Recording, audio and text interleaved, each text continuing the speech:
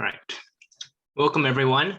As we all know, this past year has been a disruptive year, and we have seen businesses suffer, people financially hurt, and most importantly, everyone's livelihood is threatened. But this year could have been much worse if the banking sector were to collapse, similar to the financial crisis in 2008. So this is why my research is focused on preventing the next financial crisis, and I'll be attempting to explain my thought process and results through the view of asset pricing.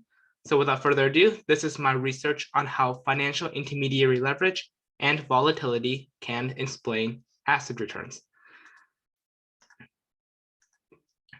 So my main research goal is to analyze how and why asset prices move. And of course, there are certainly many different models that already do this, but in my model, I focus simply on two variables, financial intermediary leverage and volatility. So first things first, let's define these variables.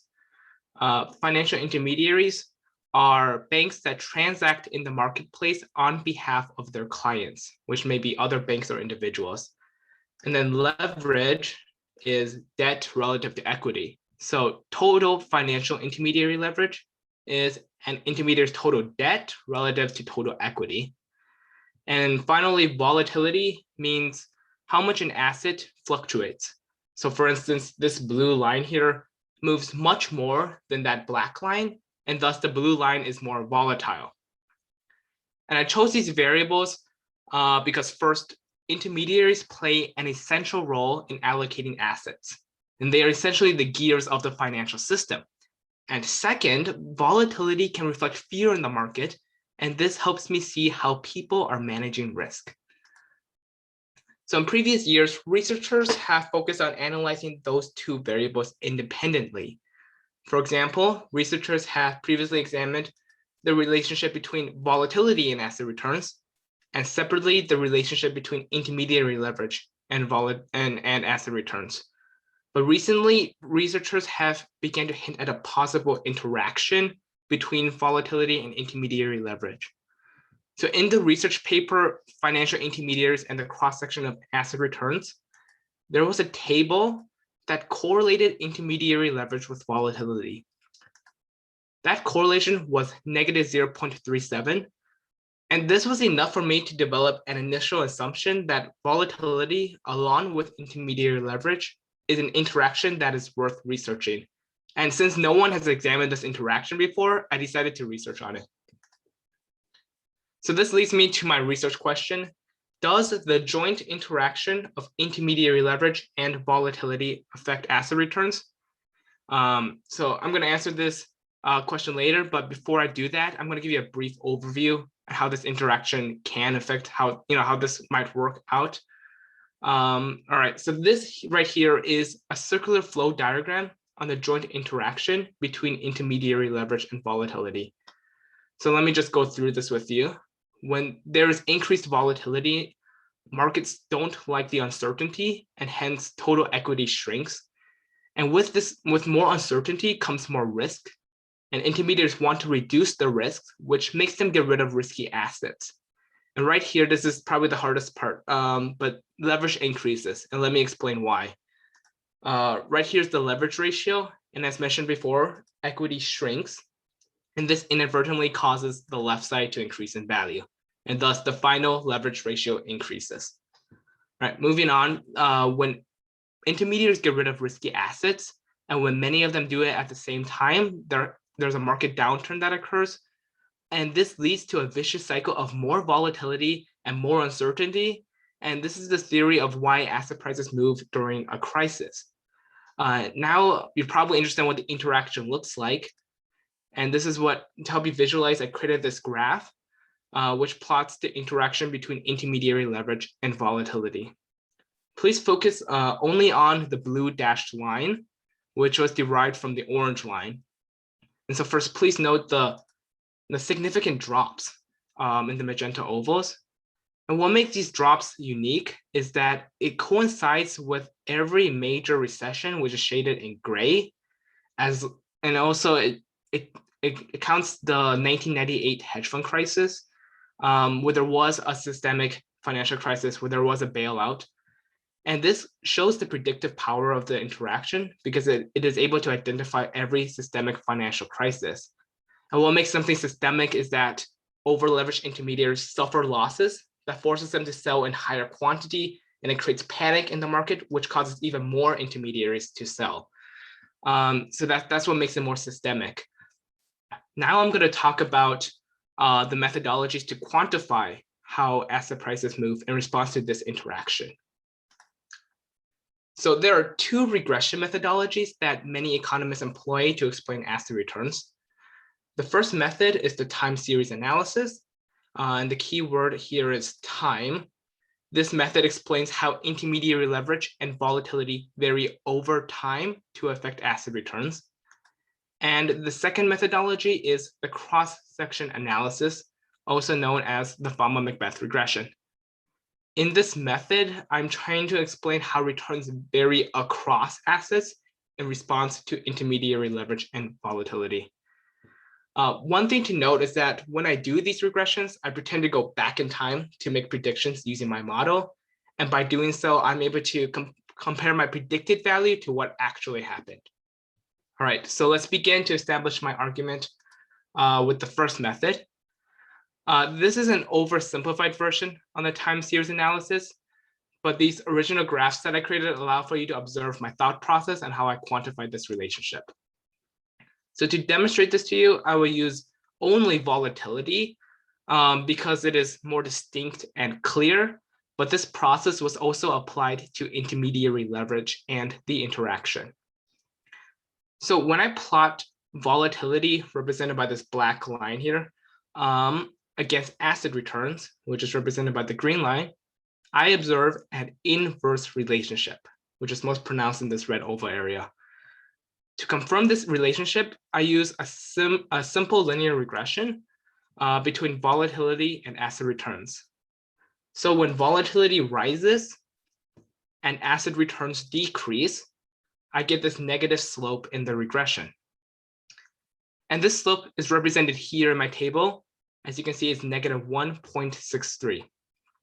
And there's a lot of information in this table, but I want to point out one other piece of information, and that is the slope of the interaction. The interaction slope is positive 16.21. This means that there is a positive relationship between the interaction and asset returns.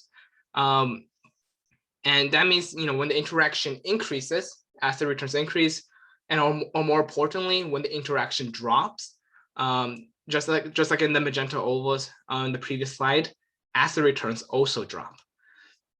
Now, this time series analysis is using only S&P 500 index returns, but I want additional confirmation that this holds true with other portfolios. And this is why I will be using the second methodology in the next slide. So the second method is the cross-section analysis test. And I employ the cross-section analysis to see how the interaction variable impacts returns across multiple types of equity portfolios. So instead of one, I use 25 different equity portfolios. And these portfolios are created by Nobel Prize winners Fama and French, and they are widely used by many researchers to discover new variables that affect asset prices. So this method has two steps. The first step is to run a simple regression of the variables, that is intermediary leverage, volatility, and their interaction on the 25 portfolios. And what this gave me was predicted values against actual values, and that there is a second step. The next step in the next slide, I'm going to show you what the final results look like. All right, so the x-axis here, labeled predicted expected returns, is what I predicted, and the y-axis, labeled realized mean return, is what actually happened. So let me give you an example for you to understand this figure. Let's take a look at portfolio 11. My model predicted around 10.5 annualized return, and what actually happened was around 10.5 annualized return too. And that's why I drew this 45-degree line, because the closer the portfolios are to this line, the better the predictions are. And I can calculate how close the portfolios are to this line by finding the coefficient of determination or R squared. And I'll show this value in the next slide. So this is a table I created. There's a lot of information in this table. So let me point out a few things. Each column here is a different model by a totally different researcher. But right here, this is my model. And the R squared for my model is 0.40, which indicates that there is a moderately strong correlation between what I predicted and what actually happened. And when you compare that to other models on my left, my R squared is certainly in the upper ranges of the correlation. All right, so now please focus on this magenta rectangle. The value 4.48 is the price of risk for the interaction. And price of risk determines if asset returns are exposed to this interaction variable. And given this number, it's enough for me to say that my model can price assets using this variable along with these other variables. But the most important is definitely the interaction variable. All right, so I'm going to go back to my research question. Does the joint interaction of intermediary leverage and volatility affect asset returns? And reflecting upon my steps in this research process, I do find that the joint interaction between intermediary leverage and volatility can predict asset returns. I can support this argument with two methods. First, the time series analysis provided evidence that there's a positive relationship between the interaction and asset returns. And my second evidence is the cross-section analysis, which gave me some evidence that many equity portfolios are exposed or influenced by this interaction variable.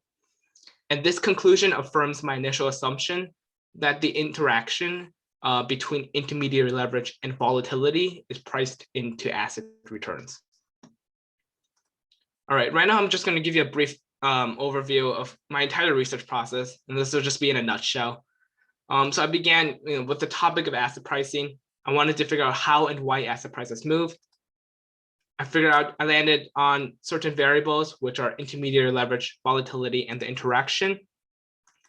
After that, I employ methods, mainly the time series analysis and the cross-section analysis. And after I employed those methods, I did notice certain limitations that were in my research.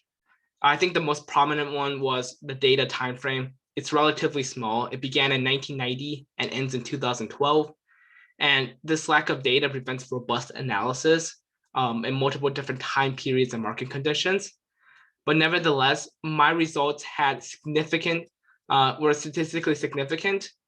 And that my final conclusion is that the joint interaction between intermediary leverage and volatility are priced into asset returns. All right, so I'm going to talk about my implications. The implications of my research are many.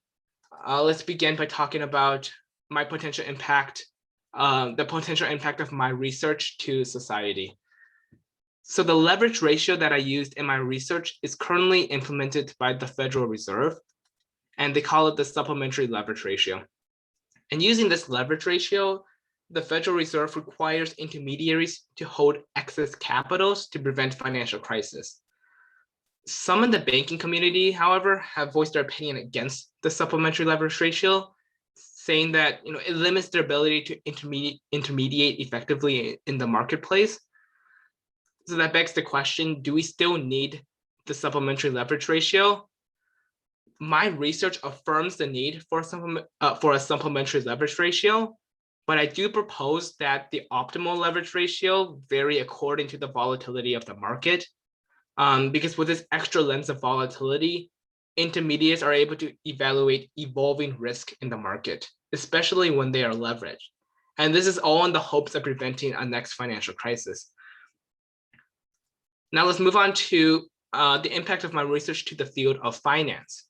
In terms of the methodology, the interaction portion of my model could be more widely used to understand relationships between variables. Many variables proposed by researchers do not move independently in the markets, and more often than not, they move in conjunction with another similar variable. And that means researchers could begin using the interaction between similar variables to understand how each of these variables move relative to other variables in real time.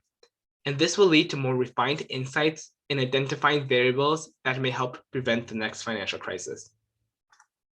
All right, so I just want to first acknowledge my mentor, Professor Ward, in providing me with the resources and expertise to help me complete my project. I'm so grateful for the hours of time he spent in responding to my questions and helping me overcome obstacles in my research. And I also want to acknowledge my AP research teachers, Ms. Layden and Ms. Swenson, with providing the guidelines to expand my knowledge of the field and prepare me for this mentorship. Now I'm open to any questions that you have on my research or my research process. Excellent, thank you, Skyler. We'll move on to the oral defense portion. First question for you. How did the choices you made when designing or implementing your research method impact your research process? So the choices on my data set definitely impacted my research process. For example, so I had to choose a data set for volatility, and I chose the VIX index as a proxy for volatility. And it was very good because it was implied volatility versus historic volatility. So it was looking forward into the future. But the problem was that it had a short time frame. It was only started in 1990, and that's why it had such a short time frame. And what this did was that it limited the robustness of my data. I couldn't test before 1990, and that was in some ways a major disadvantage.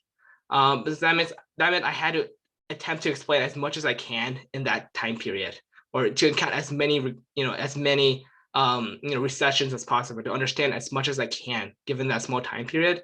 And that definitely impacted my research process. Another example was choosing whether to use book leverage versus market leverage. Market leverage had more data, it had smaller frequencies, and that proved much more helpful because volatility needed smaller frequencies. And because of that, I had to, instead of choosing book leverage, which was my initial intention, I had to divert my attention to market leverage simply because I had more data. And that definitely impacted what I talked about and my theory on why asset prices move. Thank you. How did the limitations of your method or data influence your new understanding? So the limitations of my model, as explained before, is a short time frame. It prevented a lot of that robust results. Prevented me from understanding more about the interaction prior to the 1990s. And there was so many events that happened before that definitely could have impacted the markets. Before the 1990s, there was very few electronic trading, and when you past 1990s, there was way more electronics. So intermediaries became more effective later on. But I think because of that, I just had to take what I had and then test it on multiple different time frames in that area and different horizons. And that's a little different than time frames. A horizon is, we're looking at taking an average versus 1 year versus a 3-year horizon. And there, we're projecting it into the future using that many years. And we tried doing that to, compensate for that limitation. And I think by doing so, we were able to, reduce that limitation a little bit more. But at the same time, that was the major limitation in the data and in the method that kind of affected my understanding of the interaction in different market conditions. Excellent. And my last question for you is, what was the most important research skill you developed as a result of this process, and how might you apply it to future endeavors? So I guess the most important research skill that I developed was finding the gap, finding what needs to be done. And this is really helpful because I was able to recognize, like, for example, in my paper, I was able to recognize that gap between intermediary leverage and volatility that needed to be addressed. And what I did is so in my future endeavors, I've actually noticed another gap in the financial literature, and I'm currently interested in option pricing near expiration that are at the money. So it's a very specific type of option contract. And there's a lack of literature on how to trade near that expiration. They always just mention just to avoid it. as much as you can. They just tell market makers to avoid at the money options near expiration. They tell them to avoid it, but I think I'm doing more research and finding out more about that area. And because of that research skill, I was able to identify that there's this gap and that there's a lot of money to exploit once you figure that out. And I think that research skill is very key in finding that gap for myself. Excellent. Well, you did great on timing there, Skyler. Thank you very much for your presentation. This concludes the formal portion of your presentation with oral defense. I'll stop the recording now.